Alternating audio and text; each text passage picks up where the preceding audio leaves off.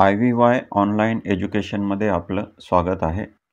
आज आपण Savitribai Phule Pune university SPPU चा इंजिनिअरिंग कॉलेजचा करिक्युलम आपण बघणार आहोत. तर हे जे काही नॉन ॲटोनॉमस कॉलेजेस आहेत, पुणे युनिव्हर्सिटीला अफिलिएटेड आहेत, परंतु नॉन ॲटोनॉमस आहेत, त्या कॉलेजेससाठी हा सिलेबस आहे. आपलं कॉलेज ॲटोनॉमस असेल तर आपल्या कॉलेजच्या वेबसाईटवरती आपल्याला सिलेबस बघायचा आहे. नॉन ॲटोनॉमस असेल तर आपण ह्या ठिकाणी तो सिलेबस बघणार आहोत. तर जे काही इंजिनिअरिंग करिक्युलम आहे त्यामध्ये सिलेबस आहे, नंतर एक्झामिनेशन स्कीम आहे, प्रत्येक कोर्सला प्रत्येक सब्जेक्टला किती क्रेडिट्स आहेत, सेमिस्टरमध्ये किती विषय आहेत, हे सर्व आपण ह्या ठिकाणी बघणार आहोत. तर हे जे आहे ते फर्स्ट इयर इंजिनिअरिंग 2024 पॅटर्नसाठी आपण बघणार आहोत. म्हणजे ज्या विद्यार्थ्यांचं ह्या वर्षी फर्स्ट इयरमध्ये ॲडमिशन झालेलं आहे त्यांच्यासाठी ही स्कीम आहे. म्हणजे पुणे युनिव्हर्सिटीचा जो काही सिलेबस आहे तो फर्स्ट इयरला आता नवीन सिलेबस आलेला आहे, नवीन स्कीम आलेली आहे किंवा नवीन पॅटर्न आलेला आहे. तो पॅटर्न आहे 2024 पॅटर्न. नॅशनल एज्युकेशन पॉलिसीनुसार हा सिलेबस जो आहे तो बनवला गेला आहे. First year engineering 2024 pattern with effect from academic year 2024-25. म्हणजे ज्या विद्यार्थ्यांनी या वर्षी फर्स्ट इयरला ॲडमिशन घेतलेलं आहे त्या विद्यार्थ्यांसाठी हा सिलेबस किंवा ही स्कीम जी आहे ते असणार आहे. जे विद्यार्थी डायरेक्ट सेकंड इयरला ॲडमिशन घेत आहेत त्यांच्यासाठी ही स्कीम नाही, त्यांना जुनीच स्कीम ॲप्लिकेबल असेल. ही जे काही स्कीम आहे it is common to all UG engineering programs. म्हणजे आपलं कॉलेज नॉन ॲटोनॉमस असेल आणि पुणे युनिव्हर्सिटीला अफिलिएटेड आहे तर ही स्कीम किंवा ही सिलेबस ॲप्लिकेबल आहे. आणि it is common to all branches. जे आपली कम्प्युटर ब्रांच असेल, IT असेल, इलेक्ट्रॉनिक्स असेल, इलेक्ट्रिकल असेल, मेकॅनिकल असेल, सिव्हिल, जे काही ब्रँच असेल सर्व ब्रँचेससाठी हा सिलेबस जो आहे तो कॉमन आहे. फर्स्ट इयर जे आहे ते कॉमन आहे इररिस्पेक्टिव्ह ऑफ ब्रँच. आपली कुठलीही ब्रँचमध्ये ॲडमिशन झालेलं असू द्या, फर्स्ट इयर जे आहे ते सर्वांसाठी कॉमन आहे.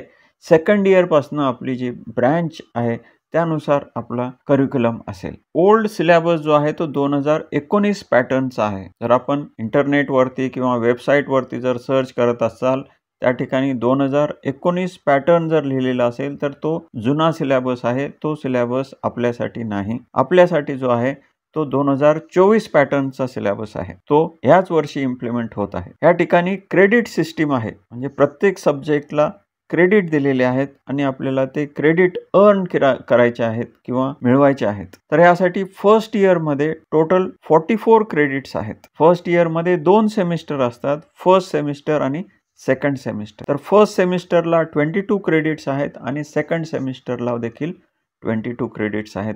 तर असे 44 क्रेडिट्स फर्स्ट इयरला आपल्याला मिळवायचे आहेत किंवा अर्न करायचे आहेत. यामध्ये आता आपण बघूया ह्या नवीन स्कीम जी आहे 2024 पॅटर्न जो आहे त्यामध्ये जे काही थेरी सब्जेक्ट आहे तो थेरी सब्जेक्टला 100 मार्क्स आहेत आणि हे 100 मार्क्स 2 प्रकारामध्ये डिवाइड केलेले आहेत. पहिला आहे कॉम्प्रेहेन्सिव्ह कंटिन्युअस इव्हॅल्युएशन म्हणजे CCE. यासाठी 30 मार्क दिलेले आहेत. म्हणजे हे जे आहे ते इंटरनल मार्क्स आहेत. पूर्वी जे आहे ते इनसेम एक्झाम होती तर ती इनसेम एक्झाम आता कॅन्सल केलेली आहे आणि त्या ठिकाणी इंटरनल मार्क्स 30 मार्क्स देण्यात येतील. आणि दुसरं जे कॉम्पोनंट आहे तो एंड सेमिस्टर एक्झामिनेशन.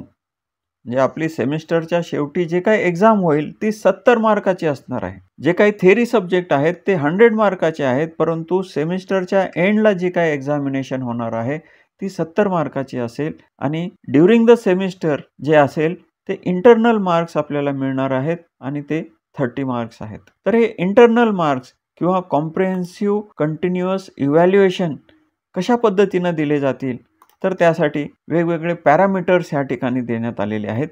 तर पहिला पॅरामीटर आहे युनिट टेस्ट. म्हणजे आपला जो काही सब्जेक्ट असेल त्या सब्जेक्टचे फर्स्ट आणि सेकंड युनिट म्हणजे चॅप्टर 1, चॅप्टर 2 याच्यावरती 12 मार्क्सची युनिट टेस्ट कॉलेजमध्ये कंडक्ट होणार आहे. पूर्वी जे इनसेम होत होती तशी इनसेम एक्झामिनेशन आता होणार नाही. आता हे सर्व जे आहे ते कॉलेज लेवलवरती देण्यात आलेलं आहे. पूर्वी इन सेमिस्टर एक्झामिनेशन सर्व कॉलेजेसमध्ये एकदाच कंडक्ट होत होती आणि त्यासाठी युनिव्हर्सिटीकडनं पेपर येत होता, परंतु आता ती इन सेम एक्झाम कॅन्सल करण्यात आलेली आहे. आता जे काही युनिट टेस्ट होईल ते कॉलेजमधले आपले जे काही टीचर किंवा प्रोफेसर आपल्याला तो सब्जेक्ट शिकवतात ते स्वतः ते पेपर तयार करतील. तर चॅप्टर 1 वरती 6 मार्काचा 6 मार्क्स असतील वेटेज आणि चॅप्टर 2 ला 6 मार्काचा वेटेज असेल. असं 12 मार्क्सची युनिट टेस्ट घेण्यात येईल आणि त्याच्यामध्ये आपल्याला जे काही मार्क्स मिळतील ते मार्क्स या ठिकाणी कन्सिडर केले जातील. दुसरा पॅरामीटर आहे असाइनमेंट्स ऑर केस स्टडी. आपले जे काही सब्जेक्ट टीचर आहेत ते आपल्याला काही असाइनमेंट्स देतील किंवा केस स्टडी देतील युनिट 3 आणि युनिट 4च्या सिलेबसवरती आणि त्याचं जे काही इव्हॅल्युएशन आहे ते 12 मार्क्स आहे.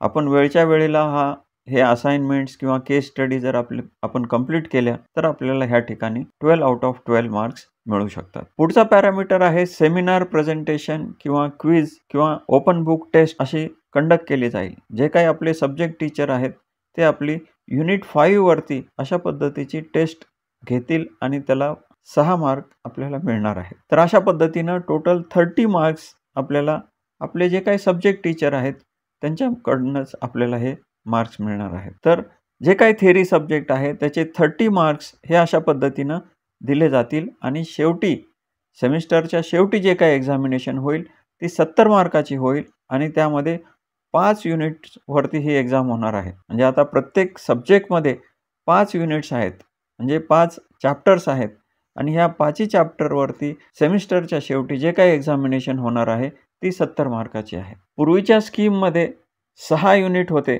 पहिल्या 2 युनिटवरती इन सेम एक्झाम होत होती आणि शेवटच्या 4 युनिटवरती एंड सेमिस्टर एक्झाम होत होती. पण आता तसं नाही आहे.